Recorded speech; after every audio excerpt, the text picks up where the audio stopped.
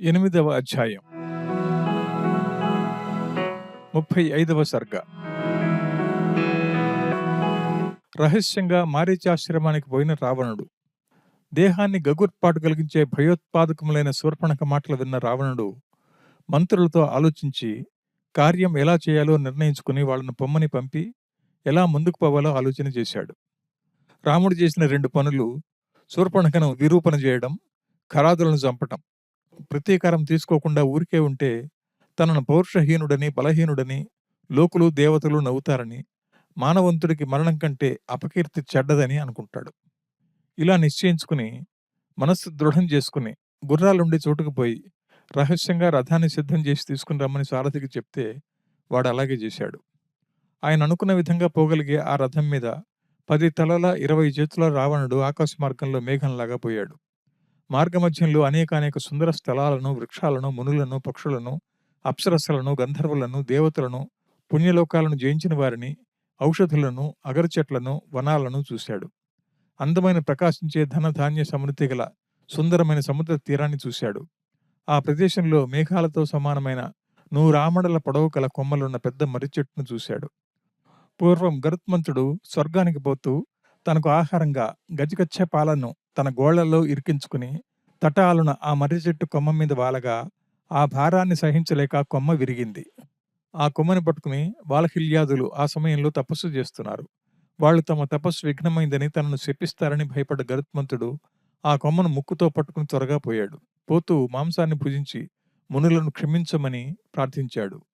వాళ్ళు పోయిన తర్వాత బోయిపల్లిని నాశనం చేశాడు. ఆ సంతోషంతో 2 బలంతో ఆకాశానికి ఎగిరి ఇనుప కమ్ముల కిటికీలు పగలగొట్టి రాల్చి మణులతో నిండిన ఇంద్రుడి ఇంట్లోకి పోయి గరుత్మంతుడు అమృతాన్ని హరించాడు.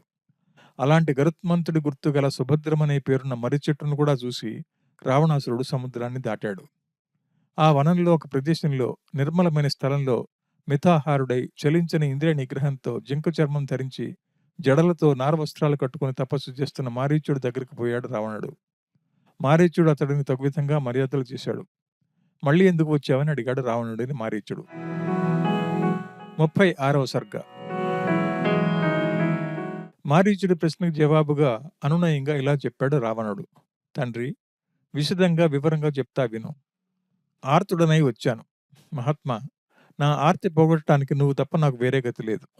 నిశాచర శ్రేష్ఠుడా, నా ఆజ్ఞ మేరకు నా తమ్ములు ఖరుడు, దూషణుడు, ముద్దుల చెలి శూర్పణఖ, అతి శూరుడైన త్రిశిరుడు, 14,000 మంది రాక్షసులు జనస్థానంలో ఉంటూ ధర్మాత్ములైన వారిని బాధలు పెట్టడం నీకు తెలిసిన విషయమే. వారంతా రాముడి మీద కోపంతో ఆయన మీదకి యుద్ధానికి పోగా అతడు వారందరినీ ఒంటికాలి మీద నిలబడి చంపాడు. అంతేకాకుండా మునులంతా దండకారణ్యంతో భయం లేకుండా తిరగొచ్చని చెప్పాడు. తండ్రి వెళ్ళగొడితే భార్యతో అడవుల్లో దుఃఖించే నీచ క్షత్రియుడు, కుచితపు నడవడి గలవాడు, కోపగుణం గలవాడు, ఇంద్రియ జయం లేనివాడు, కరుణా అశ్విన్యుడు, జీవకోటికి కీడు చేయాలన్న ఆశ కలవాడు, ధర్మాన్ని వదిలినవాడు, వివేకం లేనివాడు, రాముడు నాతో విరోధం లేకున్నా నిష్కారణంగా నా చెల్లెలి ముక్కు చెవులు బలగర్వంతో కోశాడు. రాముడు ఇలాంటివాడు కాబట్టే దేవతా స్త్రీతో సమానమైన సౌందర్యం గల అతడి భార్య జానకిని తీసుకురావడానికి తాను శీఘ్రంగా పోతున్నానని, మారీచుడు తనకు తోడుగా రావాలని, తన తమ్ములు మారీచుడు తనకు సహాయంగా ఉంటే యుద్ధంలో దేవతలనైనా గడ్డిపోచలాగా చూస్తానని, ఇది తన నిశ్చయమని అంటాడు. ఇది నా అభిప్రాయం కాబట్టి నువ్వు నాకు సహాయపడు. శౌర్యంలో, బలంలో, మంచి ఉపాయం చేయడంలో నీకు సమానమైన వారు లేరు. యుద్ధంలో నువ్వు పన్నని మాయలు లేవు. నువ్వు ఇలాంటి వాడివని తెలిసే కదా నిన్ను చూడటానికి ఇంత దూరం వచ్చాను. నువ్వేం సహాయం చేయగలనంటావా? నువ్వు చేయాల్సిన పని చెప్తా విను. బంగారు వన్ని విచిత్రపు చుక్కలు గల జింకవై రాముడు, సీత ఉన్న చోటుకు పోయి ఆ ప్రదేశంలో సంచరించు. నిన్ను పట్టుకుంటానికి సీత రామలక్ష్మణులను పంపుతుంది. అప్పుడు నేను ఒంటరిగా ఉన్న జానకిని అపహరిస్తాను అని అంటాడు రావణుడు. మారీచుడితో ఇంకా ఇలా అంటాడు రావణుడు. భార్య లేకపోవడంతో కృషించి దుఃఖించే రామచంద్రుడిని వధించి సుఖంగా నిర్విచారంగా ఉంటాను. మా తండ్రి, ఈ మాత్రం సహాయం చేయి. రావణుడు చెప్పిన రాముడి వృత్తాంతాన్ని ఆశాంతం విన్న మారీచుడు రామచంద్రమూర్తి శౌర్యం తెలిసిన వాడైనందున తన ప్రాణానికే ముప్పు వచ్చింది కదా అని గుండెలు చల్లున భయపడ్డాడు. నిశ్చేష్టుడయ్యాడు. తెప్పరిల్లి వణుకుతూ నోట తడి లేకపోవడంతో పెదవులు నాకుతూ ధైర్యం చెడి శవంతో సమానమైపోయి రావణుడిని చూస్తూ భయంతో 2 చేతులు జోడించి తనకు క్షేమకరమైన విధంగా ఇలా అంటాడు. 37వ సర్గ. మారీచుడు రావణుడితో భయపడుతూ ఇలా అంటాడు. రావణ, లోకంలో స్వార్థలాభంతో వినటానికి ఇంపైన ఇచ్చకాయల మాటలు చెప్పేవారు చాలా సులువుగా దొరుకుతారు. అలాంటి వారిని వెతికి తెచ్చుకోవాల్సిన శ్రమ అవసరం లేదు. ఆపత్కాలంలో కూడా వినడానికి కటువైన ప్రియం కాకున్నా హితంగా భవిష్యత్తులో మేలు చేసే మాటలు చెప్పేవారు, వినేవారు దొరకటం దుర్లభం. ఒకవేళ ఎదుటివారి మేలు కోరి చెప్పేవాడు దొరికినా వినేవాడు దొరకడు. కాబట్టి నేను చెప్పే మాటలు వినడానికి అప్రియమైన రాబోయే రోజుల్లో మేలు చేస్తాయి.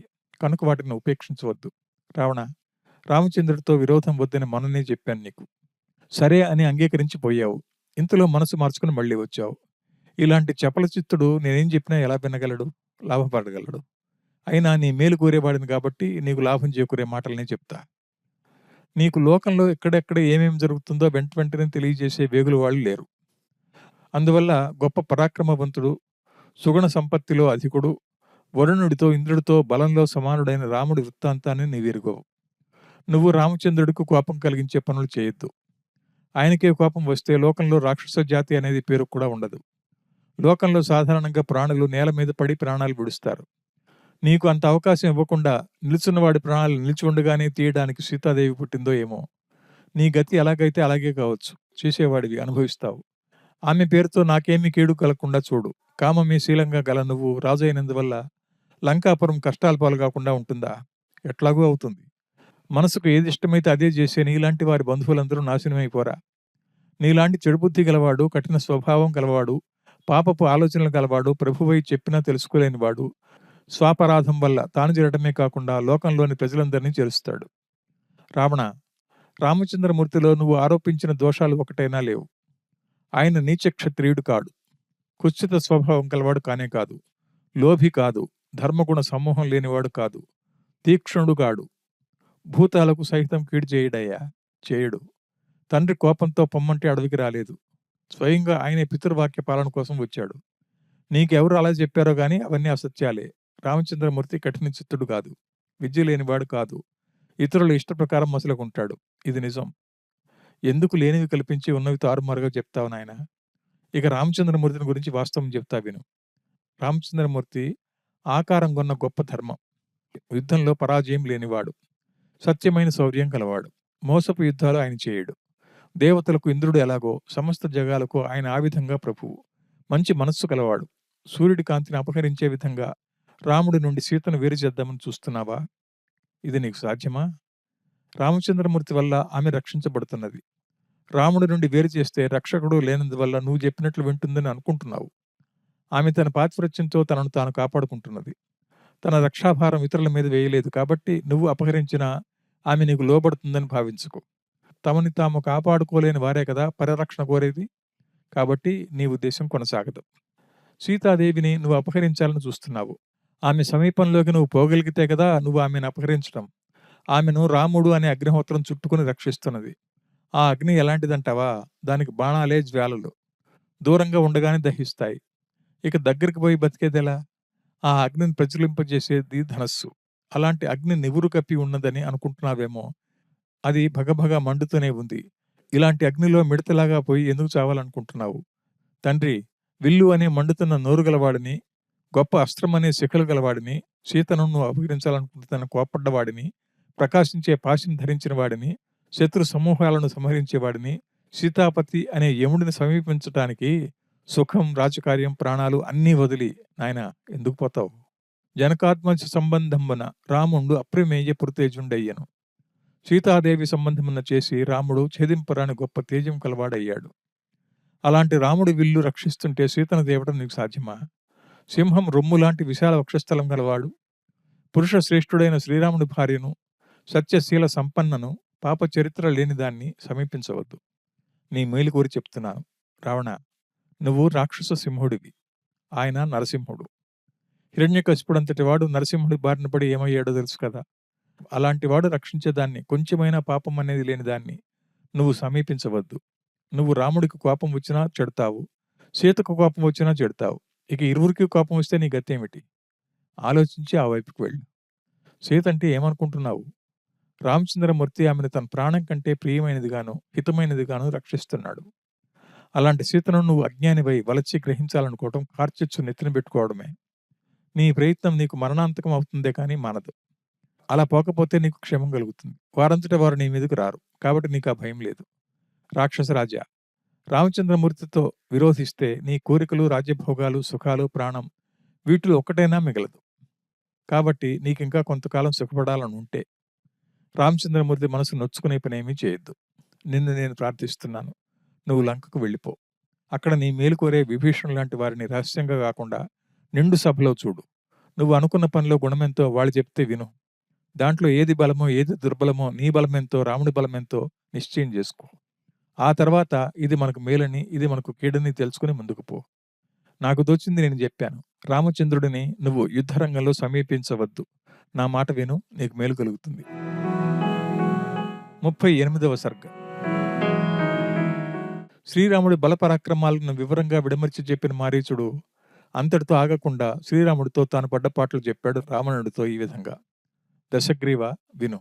నేను 1000 ఏనుగుల విస్తారమైన బలంతో, పర్వతం లాంటి ఎత్తైన ఆకారంతో, మంచి దేహ కాంతితో, అపరంజి బంగారు కుండలాలతో గద చేత పట్టుకుంటే నన్ను చూసి భూతాలన్నీ భయంతో వ్యాకులపడేవి. అప్పుడు నేను మునుల మాంసం తింటూ భూప్రదేశమంతా తిరుగుతూ ఉంటే విశ్వామిత్రుడు భయపడి దశరథ మహారాజు దగ్గరకు పోయాడు. మారీచుడి వల్ల తనకు భయం ఉందని, తన యజ్ఞాన్ని కాపాడడం కోసం రామభద్రుడిని తన వెంట పంపమని అడిగాడు. రాముడు పసిబాలుడని, 12 ఏళ్లవాడని, అస్త్రవిద్యలో ఇంకా నేర్పరి కాదని, కాబట్టి సైన్యంతో వచ్చి ఆ రాక్షసులను తానే చంపి విశ్వామిత్రుడికి సంతోషం కలిగిస్తానని దశరథుడు మునికి చెప్పాడు. దశరథుడి మాటలకు జవాబుగా ఆ రాక్షసుడిని ఎదిరించగలవాడు రాముడు తప్ప మరెవరూ లేరని, శ్రీరాముడిని తీసుకుపోతానని విశ్వామిత్రుడు చెప్పాడు.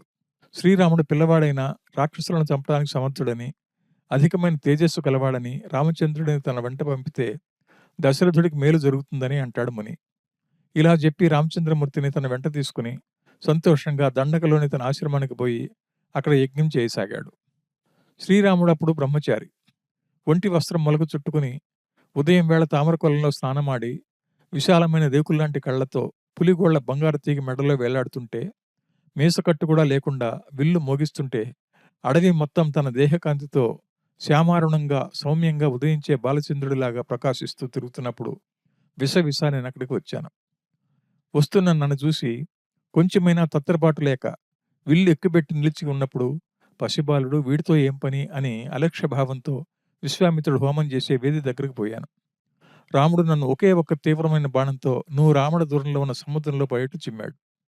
చంపకుండా నన్ను ప్రాణాలతో వదిలిన కారణాన మూర్ఛపోయి సముద్రంలో పడి ఎంతో సేపటికి స్మృతి వస్తే గర్వం పోయి లంకకు పోయాను.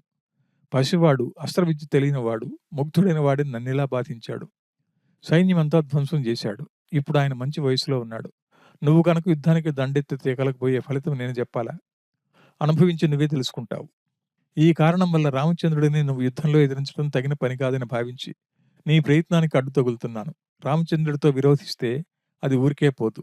రాక్షస సమూహానికి నువ్వే గొప్ప విపత్తు కలిగించిన వాడి అవుతావు. నిజం. రావణ, నా మాట నమ్ము. నీ రాక్షసులకు నువ్వే ముప్పు కలిగించవద్దు. బంగారు హార్మ్యాలు, సుందరమైన రాజగృహాలు గల లంకను సీతాదేవి కొరకు పాడైపోయే ఆలోచన చేస్తున్నావు. సత్పురుషుడు తానే పాపం చేయకుండా శుద్ధవర్తనుడై ఉన్న పాపలతో సహవాసం చేస్తే వారి పాపాలకు తాను కూడా చెడిపోతాడు. ఎలా అంటావా? పాములున్న మడుగులో చేపలు ఎవరికీ ఏ ఆపద కలిగించకుండా ఉన్నప్పటికీ వాటితో ఉన్న కారణాన వాటిని చంపడానికి వచ్చిన వాళ్ళ చేతిలోనూ లేక గరుత్మంతుడి చేతిలోనే అవి చస్తాయి. ఆ విధంగా నువ్వు పాపం చేసి నువ్వు చెరటం కాకుండా హాయిగా నిర్విచారంగా ఏ దోషము లేకుండా సుఖం అనుభవించే వారిని కూడా నాశనం చేయాలనుకుంటున్నావు. యుద్ధముఖంలో రామచంద్రుడి చేతిలో చావగా మిగిలిన రాక్షసులు తమ భార్యలను తమ వెంట తీసుకునో లేక వదిలిపెట్టో రక్షించేవాడు లేక దిక్కుల వెంట పరిగెత్తుతుంటే లంకలోని ఇళ్లన్నీ బాణ సమూహాలనే అగ్ని జ్వాలలతో కాలి బూడిదైపోవటం నువ్వే కళ్ళారా చూస్తావు. ఇతరుల భార్యలను మోహించడం కంటే గొప్ప పాపం వేరేదైనా ఉందా? నువ్వు భార్య లేని వాడివి కాదు. 10,000 మంది వయసులో ఉన్నవారు నీకు భార్యలుగా ఉన్నారు. వాళ్ళతో నీ ఇష్టం వచ్చినట్లు సుఖపడవచ్చు కదా. ఆపదతో కూడిన సీతా సాంగత్యం ఎందుకు కోరుకుంటున్నావు? నువ్వే ఆలోచించు. ఈ పని వల్ల నువ్వు ఉభయ లోకాల్లో చెడిపోతావు. నీ భార్యలతో నువ్వు యథేచ్ఛగా అనుభవించు. నీ వంశాన్ని రక్షించుకో. అందగత్తిలైన నీ భార్యలతో ప్రేమించే స్నేహితులతో ఇంకా దీర్ఘకాలం సుఖపడాలనే కోరిక ఉంటే రామచంద్రుడికి కీడు తలపెట్టవద్దు. స్పష్టంగా చెప్తున్నా. ఇది రహస్యం కాదు. రావణ, సీతాదేవిని నువ్వు అపహరించవద్దు. నేను ఈ మాట నీ మీద ప్రేమతో నీ క్షేమం కోరి చెప్తున్నాను. నా మాట వినకుండా బలాత్కారంగా సీతను అపహరించావా, బంధువులతో స్నేహితులతో యుద్ధంలో రాముడి చేతిలో చస్తావు. 39వ సర్గ. విశ్వామిత్ర యాగరక్షణ సమయంలో రామచంద్రుడు యుద్ధరంగంలో అందరినీ చంపి నన్ను ప్రాణాలతో ఎందుకు విడిచాడో కారణం తెలియదు. బతికి ఉండడం మాత్రం తెలుసు. ఇది పాత సంగతి. కొత్తగా ఇటీవల జరిగిన కథ చెప్తా, సావధానంగా విను. రాముడితో దెబ్బతిన్న నేను దండకారణ్యంలో గర్వంతో తిరుగుతూ క్రూరంగా ప్రవర్తించేవాడిని. తపస్సుల సమూహాలను తన్ని వాళ్ళ నెత్తురు తాగుతూ వారి మాంసం తింటూ అధర్మ మార్గంలో ఒళ్ళు తెలియకుండా తిరుగుతుంటే ఒకనాడు మునివేషంలో ఉన్న రామచంద్రుడు, పరమ పతివ్రత అయిన సీత, లక్ష్మణుడు ఒకే చోట కనిపించారు. అప్పుడు రామచంద్రుడిని పొడవటానికి పోయాను దగ్గరికి. ఆయన నా వైపు చూసి చాపం ఎక్కుపెట్టి వజ్రం లాంటి 3 బాణాలను విడిచాడు. ఆ బాణం వేగం తెలిసిన వాడిని గనుక ముందే పరిగెత్తాను. రామచంద్రుడి బాణాలు వెనుక వైపు నుండి తగలవు కాబట్టి నేను బతికిపోయాను. నా వెంట వచ్చిన వారిద్దరూ ఆ బాణాలు తగిలి చనిపోయారు. రామచంద్రుడిని ఎదిరించి బతకడం ఎవరికి సాధ్యం? అలా బతికిపోయిన నేను ఇంకా అల్లానే తిరుగుతుంటే చంపుతాడనే భయంతో ఆనాటి నుండి ఈ ప్రదేశంలో గర్వహీనుడినై యోగాభ్యాసం చేస్తూ మునిలాగా ఉన్నాను. ఆ శ్రీరాముడిని మనసులో అనుకున్నా నేను పడే పాటలు నాకే తెలుసు. రావణ, చెట్టులో శ్రీరాముడే పెద్ద విల్లు పట్టుకుని నార చీరలు, జింక చర్మం ధరించి పాశం పట్టుకుని యముడిలా కనిపిస్తున్నాడు. ఎక్కడో చెట్టెక్కి కూర్చుని నాకు కనిపిస్తున్నాడని అనుకుంటున్నావేమో. అలా కాదు. ఒక్కచోటే ఒక్క రాముడు కనిపిస్తే అలా అనుకోవచ్చు. ఎల్లవేళలా వేలాది మంది రామచంద్రమూర్తులు నాకు కనిపిస్తుంటారు. అడవంతా రామమయంగా కనపడుతున్నది. ఇంద్రజాలం అంటావేమో. రాముడు లేని దూర ప్రదేశానికి పోయి ఉందామంటే అక్కడ ఆయనే కనపడుతున్నాడు. పగలు రాత్రి కళ్ళు మూసుకున్నా తెరిచినా రాముడే కనబడుతుంటే అరుచుకుంటూ లేస్తాను. ఆ కారణాన నిద్ర అనేది లేకుండా పోయింది. నేనేం చేయాలి? రాముడిని చూసి భయపడటం అలా ఉంచితే ఆయన పేరు వింటేనే భయం కలుగుతున్నది. రాముడి పేరే కాదు, రత్నం, రథం లాంటి రకారంతో మొదలయ్యే ఏ శబ్దం విన్నా రాముడే వస్తున్నాడని భయం కలిగి మనసు కలవరపడుతున్నది. రావణ, రామచంద్రుడి మీద విరోధం మానుకో. యుద్ధంలో నువ్వు ఆయనకు సమానుడివి కాదు. నీ శక్తి నాకు తెలుసు. ఆయన శక్తి నాకు తెలుసు. ఆయన ఎవరినైనా వధించగల శక్తిమంతుడు. నీకు శక్తి ఉంటే నువ్వే పోయి ఆగ్రహంతో యుద్ధం చేయి. బలం లేకపోతే అయింది ఏదో అయింది, ఏం చేయలేమని బంధువుల మరణం సహించి ఊరుకో. మీ ఇద్దరి మధ్య నా ప్రాణం తీయాలని ఎందుకు ఆలోచిస్తావు? ఆ రెండింటిలో ఒకటి చేయి, కానీ దొంగతనం చేయొద్దు. ఇంకా నేను కొన్ని రోజులు బతికి భూమి మీద ఉండటం నీకు ఇష్టమైతే ఆ సీతాపతి కథ నాతో చెప్పవద్దు. నా తల పొయ్యే పని అవుతుంది. అనేక మంది సాధువులు వాళ్ళ ధర్మాత్మైనప్పటికీ ఇతరుల దోషం వల్ల నశిస్తారు. అలాగే నేను నువ్వు మతిమాలి చేసే పని వల్ల చెడిపోతాను. ఇది నిజం. నీ వెంట రాను. ఈ విషయంలో నీ ఇష్టం వచ్చినట్లు చేసుకో. నన్ను వదిలిపెట్టు. రామచంద్రమూర్తి అసమాన బలాతిశేయుడు, దృఢమైన తేజస్సు కలవాడు, అధికమైన గర్వం, మనోదార్ఢ్యం, శరీర బలం కలవాడు. ఇలాంటి వాడిని రాక్షసుదైన నాశకుడుగా ఎందుకు చేస్తావు? అడవిలో వారంతట వారు ఒక ఆశ్రమాన్ని ఏర్పాటు చేసుకుని ఒకరి పేరు ఎత్తకుండా ఉంటుంటే మన శూర్పణఖ పొగరబోతుతనంతో ఏమని బెదిరించడానికి పోయింది? అంతటితో ఆగకుండా ఖరాదులను యుద్ధానికి పురిగొల్పింది. వారంతా గుంపుగా పోయి యుద్ధం చేశారు. రాముడి చేతిలో చనిపోయారు. దీంట్లో రామచంద్రమూర్తి నేరం ఏముందో చెప్పు. బంధువుల మేలు కోరి నేను చెప్పిన మాటలు నీకు చదివితే బంధువులతో, స్నేహితులతో యుద్ధంలో చస్తావు. 40వ సర్గ. న్యాయంగా పనికొచ్చే విధంగా చెప్పిన మారీచుడి హితవాక్యాలు చావకోరేవాడు వైరాగ్యంతో ముందు నిరాకరించినట్లు రావణుడికి రుచించలేదు. నీతియుక్తమైన హితమైన మారీచుడి మాటలకు జవాబుగా ఆయన్ని చూసి రావణుడు నిష్ఠూరంగా ఇలా అన్నాడు. ఓరి మారీచుడా, నిన్నెవడురా ఈ కథలు చెప్పమని అడిగాడు? చవిటి నేలలో విత్తనాలు చల్లినట్లు నోరెండగా ఎందుకురా ఇలా వాగావు? రాముడు మనుషుడు, మూర్ఖుడు, పాపాత్ముడు. అలాంటి వాడిని నాతో సమానం అనుకుని యుద్ధానికి పోతానా? ఆ విషయంలో నేను అనుకున్నట్లు చేయడానికి నివారించగల శక్తి నీకున్నదా? నీతో అది అవుతుందని అనుకుంటున్నావా? ఒక ఆడదాని వ్యర్థ ప్రలాపాలను విని రాజ్యాన్ని, తల్లిని, తండ్రిని, హిత సమూహాన్ని వదిలి అడవులకు వచ్చిన వాడు ఎంత బుద్ధిహీనుడో. ఇలాంటి వాడిని నువ్వు గొప్పవాడు అంటున్నావే. నువ్వెంత బుద్ధిహీనుడివి. నువ్వు చూస్తుండగానే నీ కళ్ళెదుటే కరుణిని చంపిన రాముడి ప్రియ భార్య సీతను పట్టి తెస్తాను. నేను నిశ్చయించిన దాన్ని మార్చడం నీకు సాధ్యమా? ఇంద్రుడు, ఆయన దేవతా సమూహం అన్నీ కలిసిన నా ప్రయత్నాలను కొంచెం కూడా అడ్డుకోలేరు. అలాంటిది నువ్వా నన్ను దిద్దేవాడివి? ఏమి నీ అహంకారం? ఏది మంచో ఏది చెడో అనే విషయం రాజు అడిగినప్పుడు కదా చెప్పాల్సింది. ఈ పని ఎలా చేయాలి అని రాజు అడిగినప్పుడు మాత్రమే బతుకు మీద ఆశగల మంత్రి చేతులు జోడించుకుని వినయంగా తన మనసులో ఉన్న సంగతి ఉపాయంగా చెప్పాలి. అది కూడా ఎలా చెప్పాలి? చెప్పే మాట ప్రభువుకు మేలు చేసేదిగా ఉండాలి. మెత్తటి మాటలు చెప్పాలి. పరుష పదజాలం వాడద్దు. ప్రతికూలంగా చెప్పకూడదు. అనుకూలంగా చెప్పాలి. శుభకరమైన మాటలతో విషయాన్ని అలంకారంగా రాజుకు ఇష్టం కలిగించేలా చెప్పాలి. గౌరవ యోగ్యుడైన రాజు మానం విడిచిన మాటలు అవెంత శుభకరమైనవనా? ఎంత పెద్దవాడు చెప్పినా పట్టించుకోడు. మారీచుడా! నీ తమ్ములందరూ చచ్చినా చావని, నీ చెల్లెలు ముక్కు చెవులు కోసినా కోయని, నాకేంటి అని ఊరికే ఇంట్లో కూర్చోమంటే, ఆ అవమానాన్ని సహించి, మానం కోల్పోయి నువ్వు చెప్పావని ఎలా ఊరుకుంటాను? రాజైన వాడికి వాసవుడిలాగా విక్రమం, అగ్నిలాగా దీక్షత, చంద్రుడిలాగా సంతోషకరత్వం, యముడిలాగా దండం, వరుణుడిలాగా ప్రసన్నత్వం ఉంది. ఆయా సమయాల్లో అవసరమైన విధంగా ఉపయోగిస్తే పూజ్యుడవుతాడు. బుద్ధిహీనుడా! నేనొక పని చేద్దామని నీ సహాయం కోరితే, అది రాజధర్మం అని తెలుసుకోకుండా, తెలివి లేక ఏవేవో పనికిరాని మాటలు ఇంతసేపు చెప్పావు. ఈ విషయంలో కీడు, మేలు గురించి నిన్నెవడురా అడిగింది? ఈ పనిలో నీ సహాయం కావాలిరా అంటే, ఏదేదో వాగావు. ఎందుకు? నువ్వు నాకు చేయాల్సిన సహాయం గురించి చెప్తా విను. వెండి చుక్కలు గల బంగారు జింకగా మారు. రామాశ్రమం దగ్గర సీత ఎదురుగా సంచరించు. నీ వ్యవహారం చూసి నువ్వు నిజమైన జింక అని నమ్మి, ఆశ్చర్యపడి సీతాదేవి నిన్ను పట్టుకుని రమ్మని మగడిని పంపుతుంది. నువ్వు ఆ రాముడిని దూరంగా తీసుకుపోయి అక్కడ జానకి, లక్ష్మణ అని చనిపోయేవాడి గొంతుతో రాముడి గొంతులా అనిపించేటట్లు బిగ్గరగా అరువు. ఇది రాముడి గొంతుని నమ్మి సీత భయంతో రాముడిని చూసి రమ్మని లక్ష్మణుడిని పంపుతుంది. అన్న మీద ప్రేమతో లక్ష్మణుడు రాముడిని వెతకడానికి పోతాడు. ఆ రాజకుమారులు ఇరువురూ లేనప్పుడు రాముడి భార్యను అపహరించి భార్యగా చేసుకుని సుఖపడతాను. ఈ మాత్రం సహాయం నువ్వు చేసి నీ ఇష్టం వచ్చిన చోటుకు వెళ్ళు. నీకు నా రాజ్యంలో సగమిస్తాను. పని పూర్తి కావడానికి నువ్వు ముందు పో. నీ వెనకాలే నేను రథం మీద వస్తాను. రాముడిని మోసం చేసి సీతను అపహరించి యుద్ధం అనేది లేకుండా సుఖంగా కొంచెం సేపట్లోనే ఇంటికి పోతాను. నువ్వు దీనిని చేయకపోతే నిన్ను ఇప్పుడే చంపుతాను. అలా కాకుండా నేను చెప్పింది నీకు అంగీకారమైతే నేను చెప్పినట్లే చెయ్యి. అలా కాదని నీకు ఇష్టం లేదంటావా? నీ చేత బలవంతంగానైనా చేయిస్తాను. తప్పదు. కాబట్టి తెలివి తెచ్చుకో. రాజులను విరోధించి మాట్లాడేవారు సుఖపడతారా? నేను చెప్పినట్లు అక్కడికి పోతే చావటం సందేహం. తప్పించుకోవచ్చు కూడా. ఇక్కడ ఇలానే వాగుతుంటే నా చేతిలో నీకు చావు తథ్యం. అక్కడికి పోవటం మేలో లేదా ఇక్కడ చావటం మేలో ఆలోచించి తగిన విధంగా చెయ్యి.